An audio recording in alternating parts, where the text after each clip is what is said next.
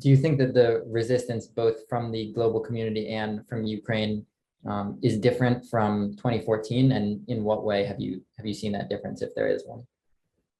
Yes, I think that finally the world woke up.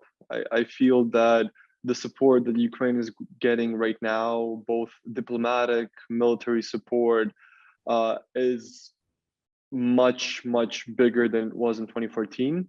I think back then the world wasn't ready for a full-scale war in Europe. Now, with this ongoing escalation, the world is ready. I would say that Ukraine as well is better prepared. The Ukrainian army in 2022 is much more capable of fighting Russian troops than it was in 2014. So I would say that if Russia launches a full-scale invasion, it will have a much harder time moving forward.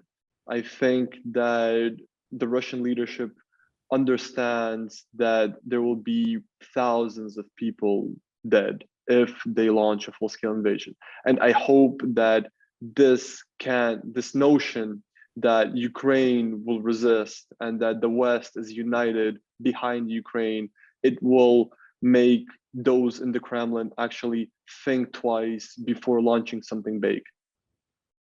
Yeah, and if they do end up going forward with this full-scale invasion throughout Donbass and throughout the rest of Ukraine, are you expecting refugees moving towards the west of the country into Europe? Do you see that happening, or do you think people will remain in their homes and either fight or try to stay through an occupation?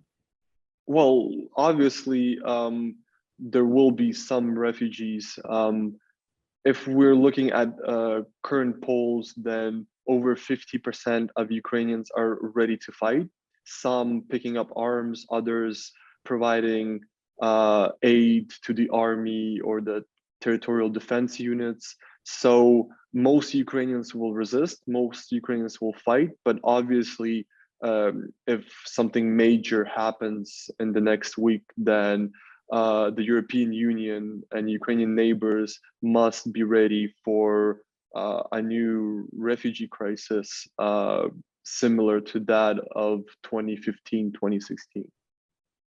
And it sounds like the Ukrainian people are fairly united in opposition to this, ready to fight. Do you think that this has made people in Ukraine more likely to want to join NATO? Has it stirred up that sentiment, or has it just sort of reinvigorated Ukrainian nationality and national spirit? Well, yes, I think Russian invasion 2014 basically shaped the Ukrainian nation, because if we were looking at polls prior to Russian invasion, then the country was divided between those who want closer ties with Russia and those who want to join NATO. Similar numbers were for the European Union.